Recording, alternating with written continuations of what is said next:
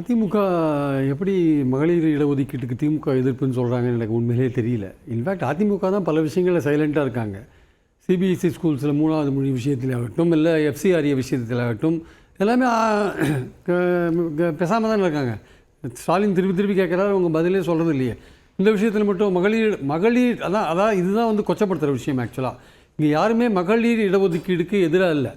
அதை எப்படி இவங்க கொண்டு வராங்கன்ற விஷயத்தில் தான் எதிராக இருக்காங்க. எவ்வளோ அவசரப்பட்டு கொண்டு வராங்கன்ற விஷயத்தில் தான். ஆனால் எப்படி திசை திருப்பப்படுகிறதுனா, இவங்க மகளிர் இடஒதுக்கீட்டுக்கே எதிராக இருக்காங்கன்ற ஒரு விஷயமாக திசை திருப்பப்படுறதை நம்ம பார்க்குறோம்.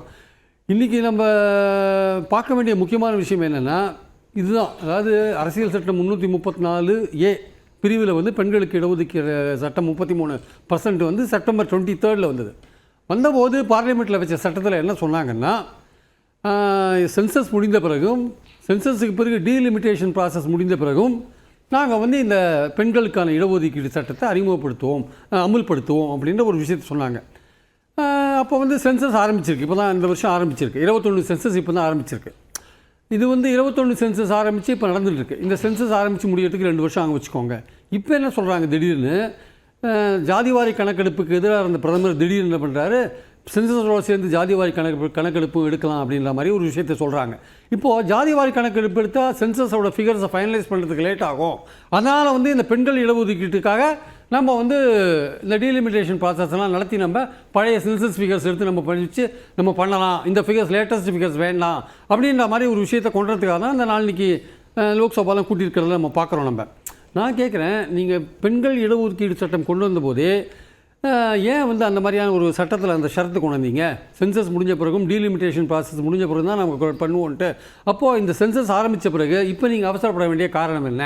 29 எலெக்ஷன்ஸில் நீங்கள் அவசரப்பட வேண்டிய காரணம் என்னென்னா, வட மாநிலங்களில் நம்பர்ஸ்லாம் ஏறுது, நம்பர்ஸ் ஏறினா பிஜேபி ஈஸியாக வந்துடும் ஒரு விஷயம் சொல்கிறாங்கல்ல.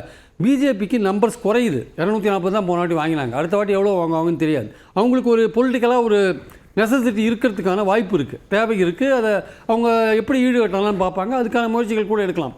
அவங்க சொன்ன வார்த்தையிலேயே அவங்க பின்வாங்குறாங்க. 334 இடஒதுக்கீடு சட்டம் கொண்டு வந்தபோது அவங்க சொன்ன விஷயங்கள் வந்து சென்சஸ் எடுத்துகிட்டு டீலிமிட்டேஷன் பண்ணிட்டு தான் இதை கொண்டு வர போகிறோன்னு சொன்ன வார்த்தையில் மாறி இப்போ திடீர்னு கொண்டு வர வேண்டிய அவசியம் இல்லை. எஸ்பெஷலி இப்போது எலெக்ஷன்ஸ் போயின்னு இருக்கும்போது, 2 ஸ்டேட்டில் போயின்னு இருக்கும்போது நடுவில் இதை நீங்கள் கொண்டு வர வேண்டிய அவசியம் என்ன? எதிர்க்கட்சிகள் 3 தடவை லெட்டர் எழுதியிருக்காங்க பிரதமருக்கு, இதை பற்றி பேசுங்க, 29 ஆல் பார்ட்டி மீட்டிங் போடுங்கன்ட்டு.